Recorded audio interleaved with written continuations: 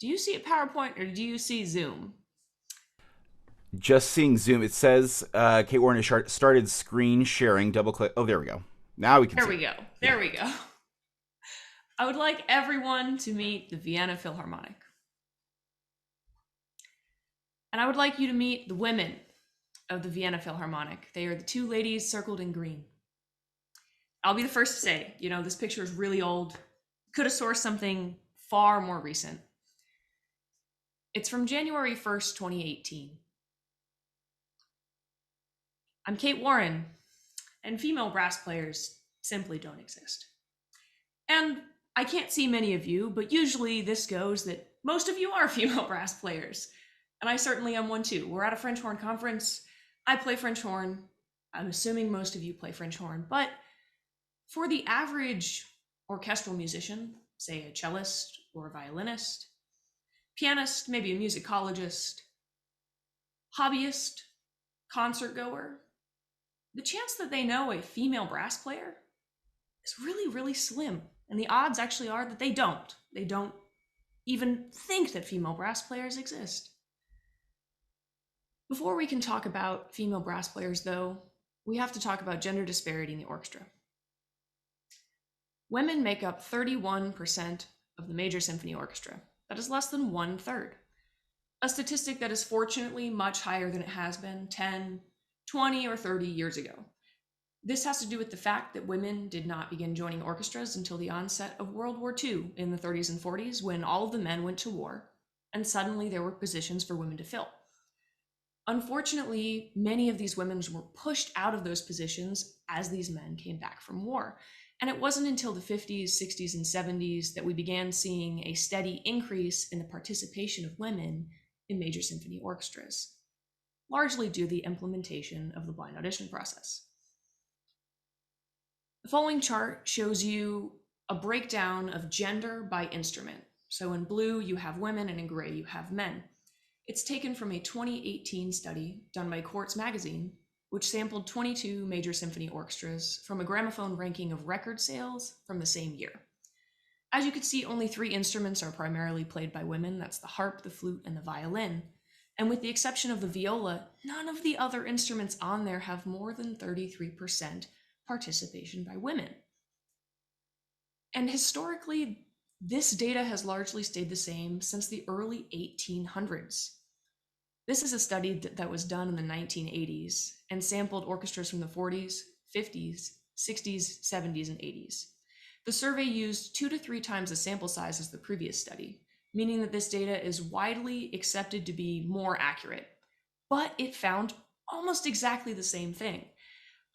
This study proved that the likelihood that a woman would play a particular instrument did not change greatly between 1800 and the 1980s. And since we know that this information is the same as the study done in 2018, that means the likelihood a woman will play a particular instrument hasn't changed in over 200 years. Why is this? I'm going to talk to you about sexist history, additional sexist history, and shockingly, some more sexist history that has to do with the music industry.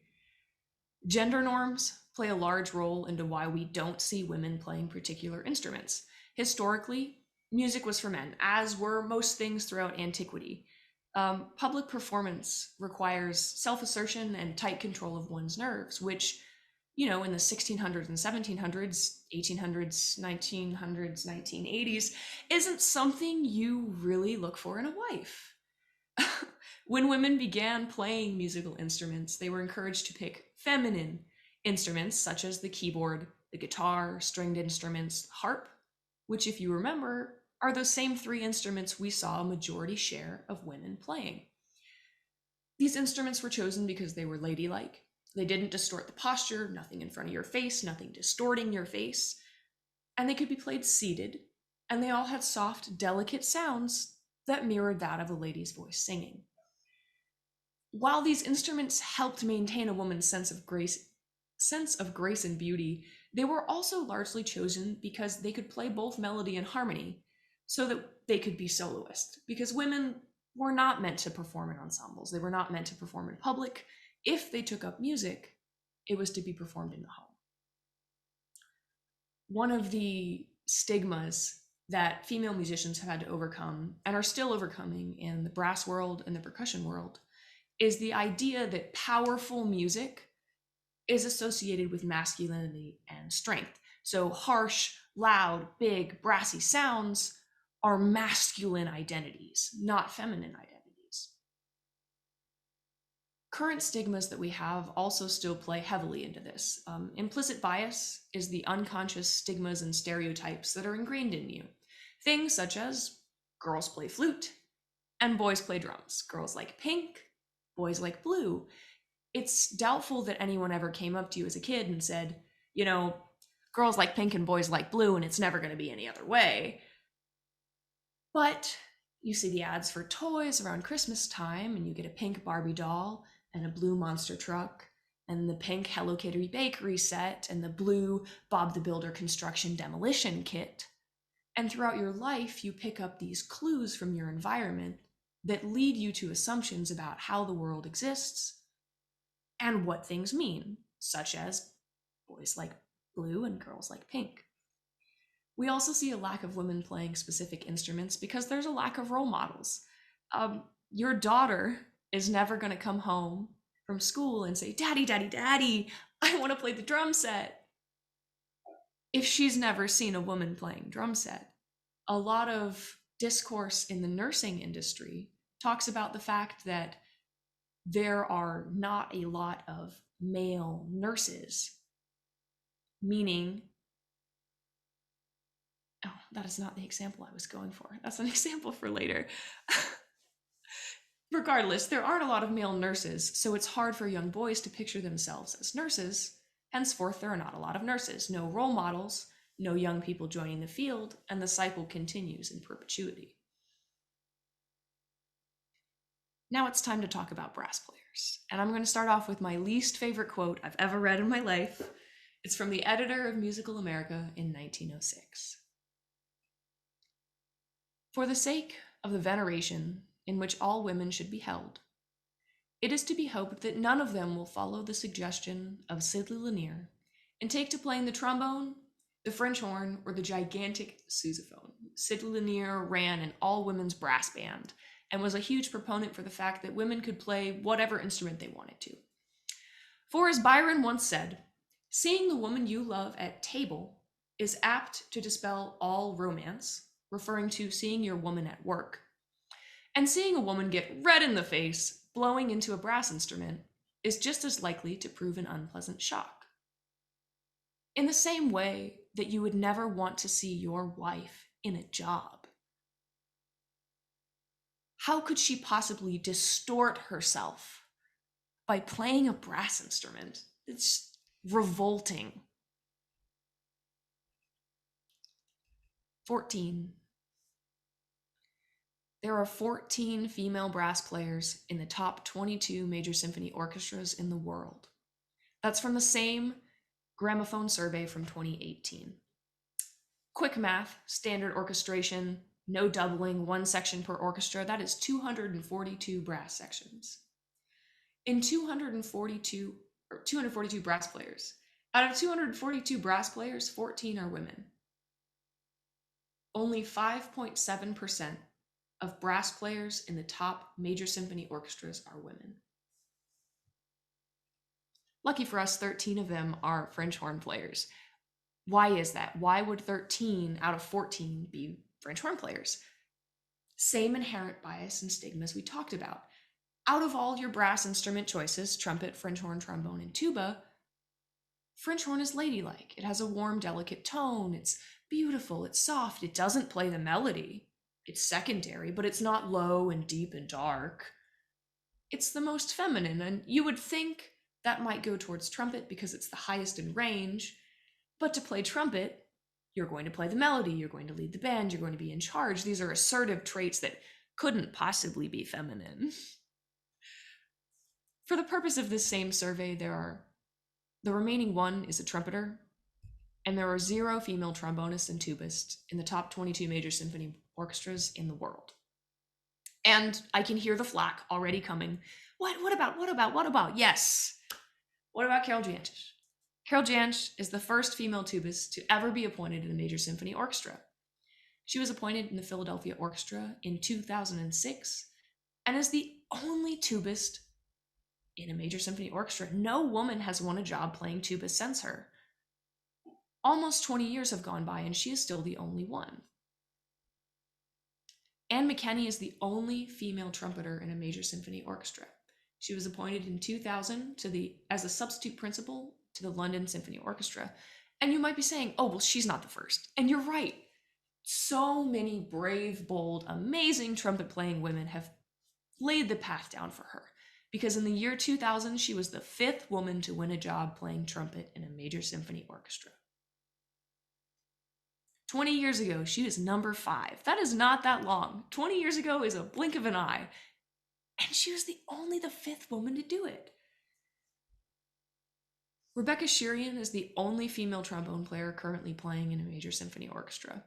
She's a founding member of the International Women's Brass Conference, which, if you don't know, makes its mission to talk about brass playing and gender in our society. IWBC hosts a conference in the summer. If you don't know, you should join, you should go. Most of the events are free. They're also hosting an amazing mentorship program right now and do a lot of work to uplift women in the brass field. So if you haven't heard of IWBC, please check it out. It supports research like this. It supports people like us. Rebecca Sherian is the co-principal trombone of the Pittsburgh Symphony, a position that she won in 1989. So congratulations! You just met all 3 female tubists, trombonists, and trumpeters in major symphony orchestras. That's all you get.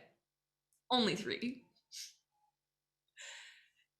It is important to point out that Anne McKenney is the substitute principal, and Rebecca Sherian is the co-principal, meaning that of the female trombonists and trumpeters, both of them are sharing their principal positions with the man. That's not to discredit their work, but it's worth taking note. Of the 3 female horn players in principal positions, 2 of them are associates. That's Leilani Starrett with the New York Phil and Julia Pallant in the Metropolitan Opera Orchestra, while only one, Katie Woolley, is a full principal. She's the full principal with the Royal Concertgebouw Orchestra.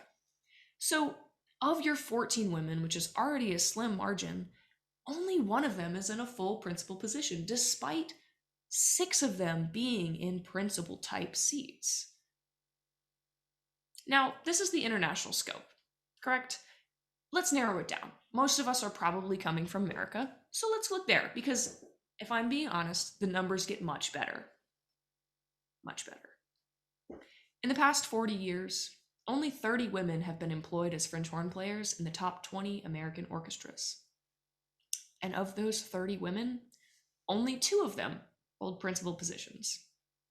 That is Jennifer Montone in the Philadelphia Orchestra and Elizabeth Frymouth in the Cincinnati Symphony. So, if you close down your scope from the international world to just America, you get 2 role models. Congratulations. The following research is research done in 2020 by Christina Cutts. It surveyed 207 American symphony orchestras, which easily encompasses all of our full-time professional symphonies. This research is pending publication. However, data is not up for dispute. It's all taken from publicly available rosters and personnel lists, so if you wanted to replicate this now, you could. Information is not subjective. This is factual information most relevant to us today. This is our last pre-pandemic snapshot into gender diversity in American brass sections. It is not only the most recent data we have, but also the last data we're going to get for pre-pandemic. Hopefully some of this changes post-pandemic. As you can see, there are 2 sides to each one. Blue is men and gray is women. For each instrument, French horn, trumpet, trombone, and tuba. And I've done the math for you. 36% of French horn players in America are female, 8% of trumpeters are women, and 5% of low brass players are women. Here's where it gets funky. We already know that women in brass are an overwhelming minority, but the ratio of women to men drops significantly in the top 20 American orchestras. French horn players go from 36% to 30%. Trumpeters go from 8% to 1%, and low brass players go from 5% to 3%. Now, this is the top 20 American orchestras by pay, which is a little bit different from the previous study which I was talking about, which ranked them by record sales. But still, worth noting, there is a significant decline in the number of women playing brass instruments in the top echelon of our field than in the general population of professional musicians playing in orchestras. Unfortunately, this gets even more concerning when we reflect on the Brass Bodies study. The Brass Bodies study was done in 2018 and surveyed 508 female brass players. Now, these are brass players from all walks of life, anywhere from a hobbyist to the full-time, full-salary, creme de la creme professional brass player. But this study found that of those 508 women, they were almost evenly distributed between each instrument family. 35% of them were French horn players, 31% were trumpeters, and 34% were low brass players. So if when looking at female brass players, there's almost a negligible difference between the three instrument families, why isn't this represented not only in the top of our craft, but in the mass body of our professional work as a whole? What gets in the way? Residual gender roles get in the way greatly. The majority of orchestras are still primarily full of older people, particularly older men. And as musicians, we don't retire. We play until we cannot play anymore, or we die. Those are pretty much your only two options. Not a lot of musicians retire. And because our industry has little to no turnover, we are now encapsulated in a workforce with social structures of a bygone era. Other fields have set retirement ages of 65, 68, meaning that the mode population of their workforce is within their 40s and 50s. However, in music, since we have no set retirement age most of the time, our mode workforce in the top orchestras is actually above the age of 60, meaning that instead of a workforce that encapsulates the ideals of, the 60s and 70s, we're looking at a workforce who grew up in the 40s and the 50s, which is a very different social construct and social contract than we have today, than we had 20 years ago, than we had 40 years ago. Sexist history also plays a large role in this. We've talked about the fact that the slow accumulation of women in the brass field is an exponential growth curve. Much like we look at women in STEM, we are at the beginning of that curve, and it's not until the curve keeps going, more role models, more young people, more role models, that we're going to see larger growth. I've previously mentioned the fact that women in brass have to fight the stereotype of angry, big, and loud music being associated with masculinity. And this is paralleled in the fact that brass instruments became popular both in America and in Europe through the use of military bands, which in America didn't allow women until 1942. The American military didn't allow women in the bands until 1942, but they didn't allow women in active service until 1948. So although there is a long history of brass playing both here and in Europe, at least in America, there's only about a 70-year history of brass playing for women. Off the top of your head, think of some female brass players you know. They probably fall within that 70-year time frame. That's about 3 generations, which is about all the professional female brass players you're going to be able to think of. The last thing that gets in the way is the audition process. But before I can talk to you about all the reasons I have problems with that, we need to talk about Abby Conant, who unfortunately fell victim to all 3 of these pillars. Abby Conant was the principal trombonist of the Munich Philharmonic Orchestra. She faced blatant discrimination to the point in which she felt the need to quit her job and never return to professional playing. Now, mind you, this picture is black and white. She's still alive. She's on Facebook. She's awesome. Abby Conant won the blind audition for the Munich Philharmonic in 1980 under a false name of Herr Conant, which in German is a male name, but is also a pun and play on words for her. A slight jab at the patriarchy, per se. 1980, 50 years ago. This is not a long time ago. The committee was appalled when they found out that she was a woman, since she had applied under a man's name, and the director demoted her to second trombone. He was later quoted in the local newspaper saying, "We need a man for solo trombone." Lucky for Abby, she successfully sued the orchestra in 1993 for both discrimination and back pay. For the 13 years she ended up making less than section pay. She'd won the principal position and still didn't even make section pay.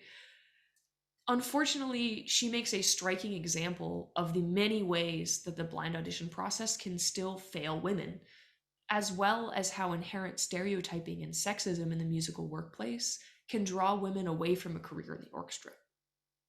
So let's talk about blind auditions. Blind auditions largely began in the 1970s, which is 50 years ago. This is not a long time ago. In a blind audition, the candidate is behind a screen. There's often a carpet on the floor. That's a union regulation here in America. I've played union auditions without a carpet. Not always enforced.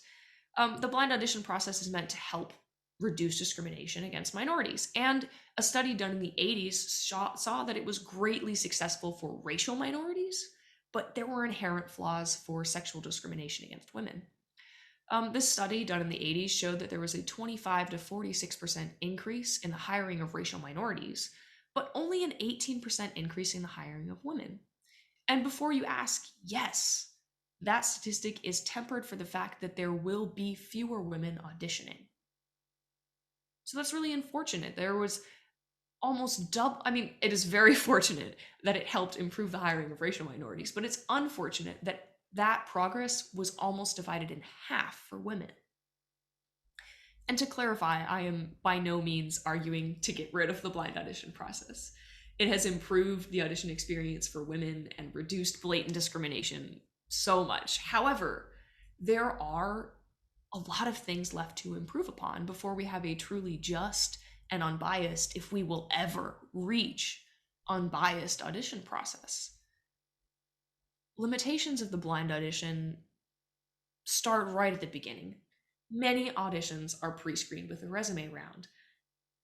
I don't know about any of you. The top of my resume, it very clearly says Catherine Warren. And I don't know a single man named Catherine Warren. So the first thing you see in the biggest font at the top of my resume gives you information about my gender. Other limitations include shoe sounds. Carpet or no carpet, the sound of a 250-pound man in a solid-soled dress shoe sounds a lot different than a 120-pound woman in heels or flats. There's nothing I can do save gaining 100 pounds to imitate the sound of that walking across the floor. Another limitation is the depth of breath. Much like women and men speak in different tessituras, we breathe in different tessituras, and there is arguably not much you can do about that.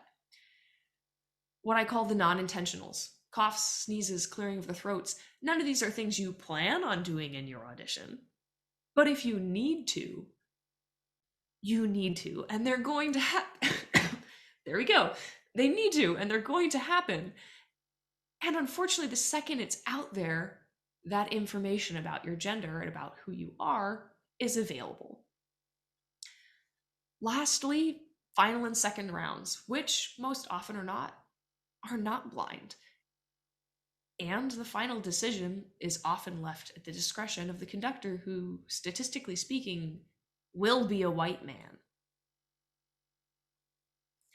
I'm not trying to say by any means that every panel member is out there looking to blatantly discriminate against women, but most people are often unaware of the inherent biases they carry within them, and something as simple as a cough or a clearing of the throat could be enough to put that information out there and give you that small factor needed to identify someone's gender and discriminate against it. No one is hopefully out there going, man, I will never hire a female-based trombonist. They will never be qualified.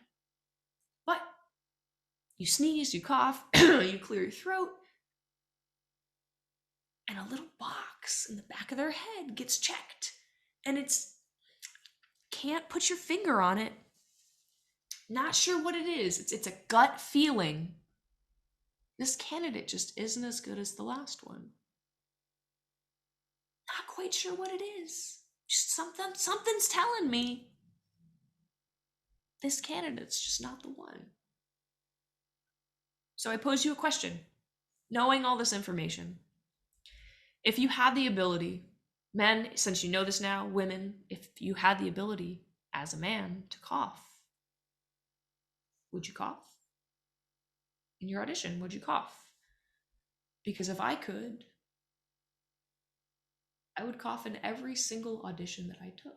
If it could be the one small thing, I'm not saying it's gonna win you the job, but maybe it's the one small thread that gets you to the second round, or gets you brought up in the committee a second time. Something, just the infinite possibility. I would cough every single time. So, how can we fix this? Can we fix this? I believe we can. I believe we can through education, analysis, and action. But before I tell you about those, if you already have some questions, this is a great time to throw them in the chat or the Q&A or wherever you want to throw them. Start typing now. Starting with education. Education most importantly includes educating yourself, seeking out other presentations, such as this one, other conversations, dissertations, research papers, Instagram pictures, Facebook groups, books, anything you can to educate yourself on parody in music and in the world. This also includes educating others, taking this new information you have and sharing it with other people. Retweet that Twitter tweet, share that Instagram post, invite your friends to the Facebook Live event, do whatever you can to get this information in the hands of others as well. And for those people who will never take it upon themselves to learn about this type of thing, that's where diversity training comes in. Talk to your organization, your ensemble, your university about entering some mandatory diversity training for your group, forcing those minds who will never search out information about women who couldn't possibly be being discriminated against, to force them to learn this and maybe possibly permeate in there and get some new information to them. The next step in this process is analysis. Analyze your ensemble, your organization, your university. Is the place that you work a hospitable environment for women? This is the analogy about male nurses I was going to talk about. There's large discourse in the nursing industry about how to get men into the nursing profession. Men don't want to be nurses. They can't see themselves be nurses, largely because the field is so dominated by women. What can they do to make nursing more hospitable, more inviting to men? What can we do to make brass playing more inviting for women? Is your organization a boys' club? Is your organization only containing men? So these could be total end-of-the-line measures, such as making sure your organization has access to resources like changing tables and babysitting and all that jazz, but it could be as simple as making sure your organization's website has a place to anonymously report sexual harassment. After this talk, go check your website. Is there a place?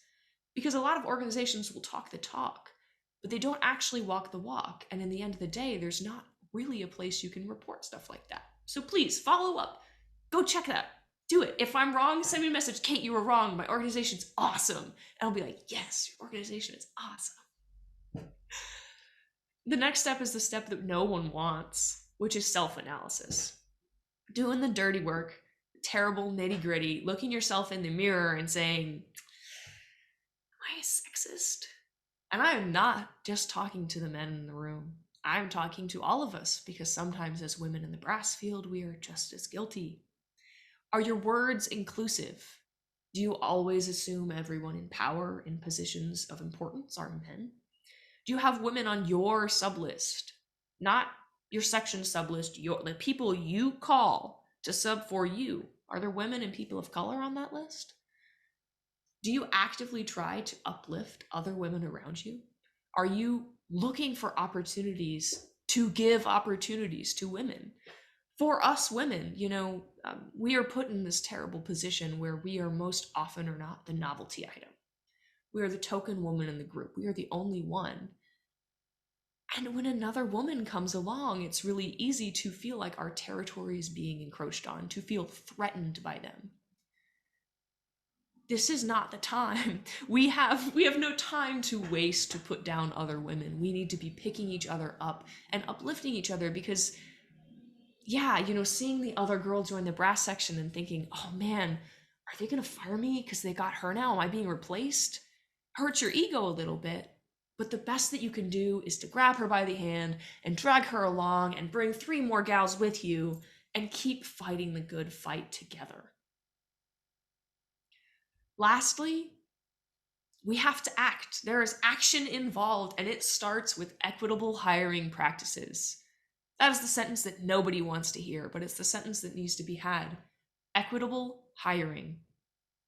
This could be something as simple as diversifying your guest artist list. If you're a college professor and you bring in 4 guest artists a year, are 2 of them women and 2 of them people of color? This could go as far as actual equitable hiring in final audition rounds.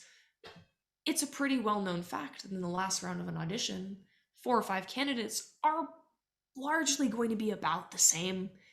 Every once in a while, you might have one who's a standout win. But when you're put in front of a list of 4 people who any day given time could win, they're all equally available, equally hireable, that's a great time to say, oh, we don't have any women in our trumpet section, we need to hire her. Or we don't have any people of color in the low brass section, we need to hire them. That's a great opportunity to take equity in mind. This also looks like improving the blind audition process. This could look like double-blinded resume rounds. So instead of sending in your perfectly formatted PDF, your orchestra organization has a form on your website where you apply, and everybody types in all their information, and you get spit out a piece of paper with no name. Maybe a number, ID, whatever, but just their accomplishments, their work history, their whatever, not their name. Completely takes away that factor. On the flip side of that, it could look like taking demographic information in your application round, in your resume round, putting on the website, we as XYZ Symphony Orchestra are committed to diversifying our first round pool and are committed to inviting at least 30% women and at least 30% people of color to the first round of this audition. Taking demographic information and promising that you are going to do your part to fight the fight. Diversifying outreach also plays into this, bringing musicians of marginalized communities, male flute players, female tubists, black string players, into young music programs so that our young communities can see diversity in music to help prevent them from developing preconceived ideas of what certain instrumentalists look like. This also looks like funding continued research into parity, funneling research money to learn more about these marginalized communities so that we know what work needs to be done and where that work needs to be done. Funding programs such as the IWBC, funding research such as this, funding other people's research. I've done a lot of looking into marginalized communities in music. There is 0 research on trans and non-binary communities in the music world. Ethical slippery slope, but the research needs to be done so we know what work needs to be done and where it needs to happen. Without any of that, we cannot have change. So if you have research funds or you have access to them, share them with people who are doing the good work, who are fighting the good fight. In conclusion, there is a lack of women in music, particularly in the brass field. Young brass players do not see female role models, and the cycle continues in the fact that we will never have change if we don't improve this. Systematic oppression still impacts women at the top of our field today, and the only way that we can fight this is through education, analysis, and action. I'm Kate Warren, and female brass players don't exist. You've all been sending in your questions and I see them, so I'm going to try to figure out how to look at all of them. If you're interested, those are some resources that you can keep learning more about all of these things. Oop, I might have to stop my share to see these questions. Question. Riley Hoover, what do you think the future is for minorities in music? Not just women, but people of color and non-cisgendered people. Big limitation of my research and this presentation that I talk about in some of the online female brass forums is that this research, and my research, is very binary. It's very black and white, female, male.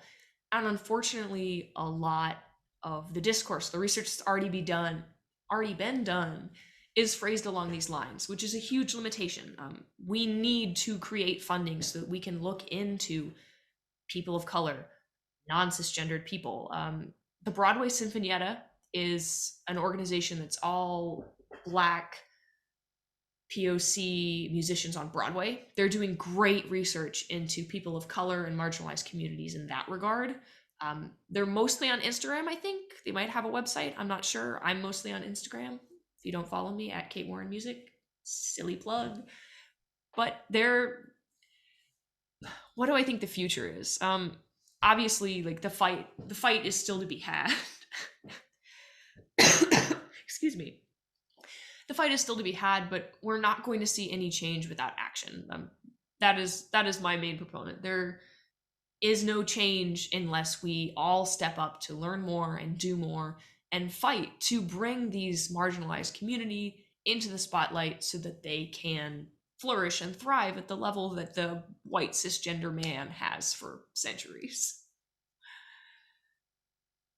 Danielle Coleman's more of a comment, but I'll bet that jump in female brass players between 70 and 80 correlates to the general and financial independence for women that occurred. Yep, 100%. There is a lot that you can look at in gender discourse, specifically in that time period, not just obviously brass playing. That's when women gained the ability to get a credit card or be on a mortgage.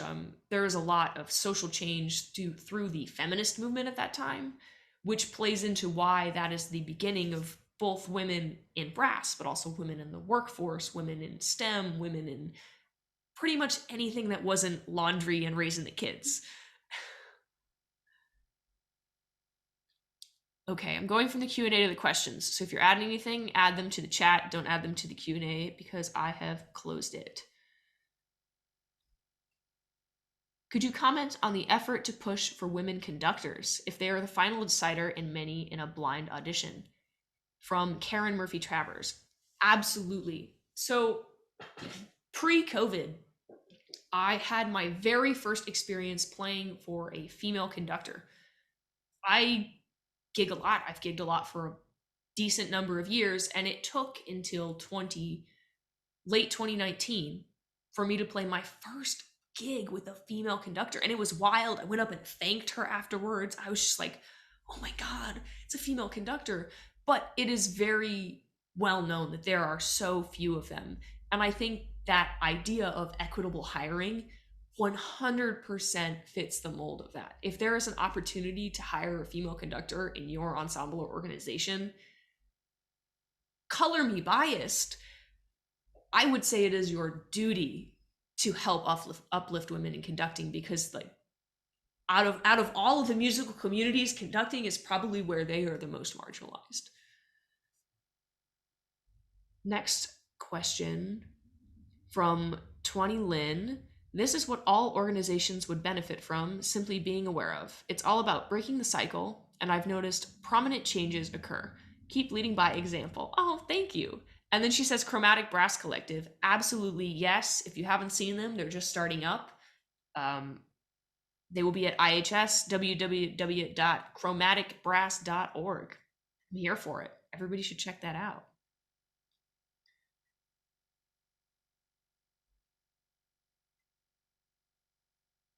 Stephen, thank you for admitting that you should have. If you can't see in the chat, Stephen says, incredible job, thank you. I've had these conversations with my friends, but it's great to finally have some research behind it. I should have seeked the data out earlier. Thank you for being here. Thank you for coming. Thank you for listening. Homework, share one thing with somebody you know on the internet, anywhere. Share something. Share it with somebody else so they can get this information too. I'm so happy you joined us tonight. Alia sent a link to the Sinfonietta. If you're interested, you should check that out. River, experience with gender disparity in drum corps, Blue Coats alum.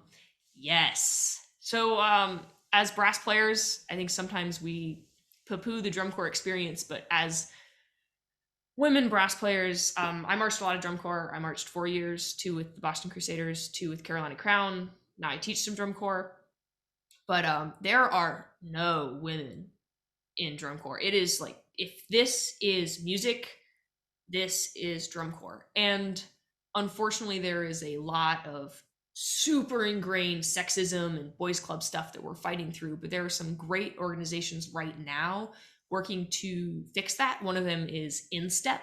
I actually think they just relaunched their mission statement to include uplifting communities of color as well, instead of just women. So if you haven't heard of In Step, that's a DCI initiative. Oh, there's another one. What is it? There's Girls March, which is focusing specifically on female percussionists. They actually had a panel talking about female percussionists a week ago. I think you can still stream it. They're on Facebook. Girls March. It's like a picture of a blue drum set, if you're interested. I have a lot of comments on drum corps. If you want to reach out to me privately later, we can talk all the drum corps talk. But I'm trying to focus a little more classical just for this presentation. Steven, already done. Oh, godsend. Thank you. You're the best. Blast, yes. Blast is also a marching arts organization. There are actually quite a few women in Blast. Obviously, we're still looking at some gender disparity in there. But I would venture, I guess, to say Blast is doing a bit better than DCI, but some of that also has to do with gender casting. So, touchy subject in there. If nobody has any more questions, I will let you all go. But I'm so happy everyone joined me tonight. Thank you for being here. Thank you for your interest in uplifting women. Thank you for your interest in brass playing. Thank you for doing the good work, doing the work, showing up, doing the thing, being the person. You're the best. Thank you so much. Sarah, do you know the percentage of BIPOC women in professional orchestras? I do not. That is something I think Broadway Sinfonietta talks about. I know I've seen it somewhere on the internet, but I do not specifically know that data. Julia, what are your thoughts on cancel culture in music when things come about, white men being sexist, predatory, racist, etc.? There are 2 big camps on that. Obviously, there's the cancel culture camp, which is you did something not so hotsy-totsy, you should pay the price for it. And there's the, if you apologize for it and it was forever ago, we should forgive you for it. I think I probably fall somewhere in the middle of those things. Like, there are some people that absolutely do not deserve to be in music anymore. And I feel that way, not even just about music, about sexual predators and about sexist people. I think there's no place in my version of 2021 for people with gender stigmas. Obviously, I think as a culture, as we evolve, and things like for example, like cartoons, like in 2000, there were things that were funny in cartoons that now you watch that episode and you go, oh my God, like that's racist, that's sexist, that's wrong. So there is the development there of like, yeah, there were things that 10 years ago were acceptable that are totally not anymore. So I'm sure somewhere along the lines, every single one of us has said or done something sexist or racist at some point. If said person has otherwise strived to continue educating themselves, continue growing, if you're not stuck in 1990, I'm probably more on board with that. But if you like sexually abuse someone or anything, like, you're dead to me. So somewhere in the in-between is where I lie. I think everybody has the room to make that assertion for themselves, but that's my thought. And that looks like the last of them. Again, thank you so much for being here.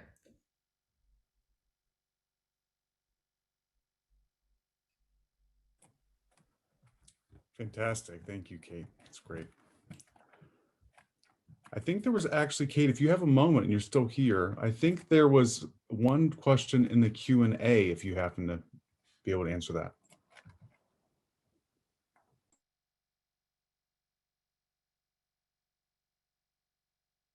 Okay, I see them. What are some steps of action you think could be taken to address intersectionality regarding equity in the classical music industry? You briefly mentioned POC instrumentalists, trans or gender nonconforming, etc. Intersectionality is a super slippery slope because obviously you are facing 2 points of being discriminated against. So a single pronged approach, like my research largely focuses on gender, so I don't know as much of the discourse on people of color in those communities. But you're not going to find support and, I don't want to say acceptance, but upliftedness from only approaching it from gender or only approaching it from race. There's For our intersectional communities, the work has to be done, unfortunately, on both ends by everyone. Everyone needs to do twice as much work, which is a hard ask and it's a hard sell. And again, education, action. Oh no, what was the third one? Education, action, analysis. Education, action, and analysis. Doing those 3-pronged approach from both sides is the only way that we can fight that for our people who are doubly subjugated. And the last one, asked already, comment on the effort to push for female conductors if they are the final decider in a mini blind audition. I feel like I've already given my thoughts on that. Just like, I holistically believe in equitable hiring. Burn me on a stake. I believe in it. And Did you get all of them, John?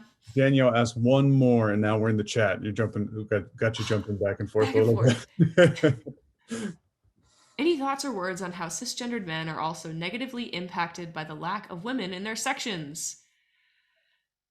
Yes. So I think I briefly hit upon bringing conversations about gender and parity into places that women don't exist. So if your section is only men, if your university faculty, whatever, is only men, that is a space that women and ideas about disparity and sexism can't really flourish because there's no one to bring them up. Men are less likely to talk about them. So if you are fighting the fight, if you're doing the work, this is your opportunity to bring that conversation up, bring it into a community where a woman is not going to get to say it. And in the same way that we talk about, it is not Black people's jobs to educate us on racism. It's not women's job to educate you on sexism. Is it going to happen? Yes. Am I going to keep preaching? Yes.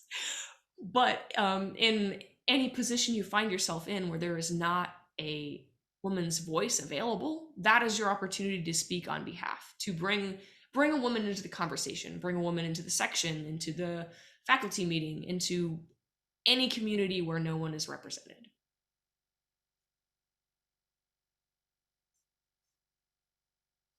Got him. To get them all? Do I have to go back? I think that's it. That looks like every question from my end. Thank you. That was really great.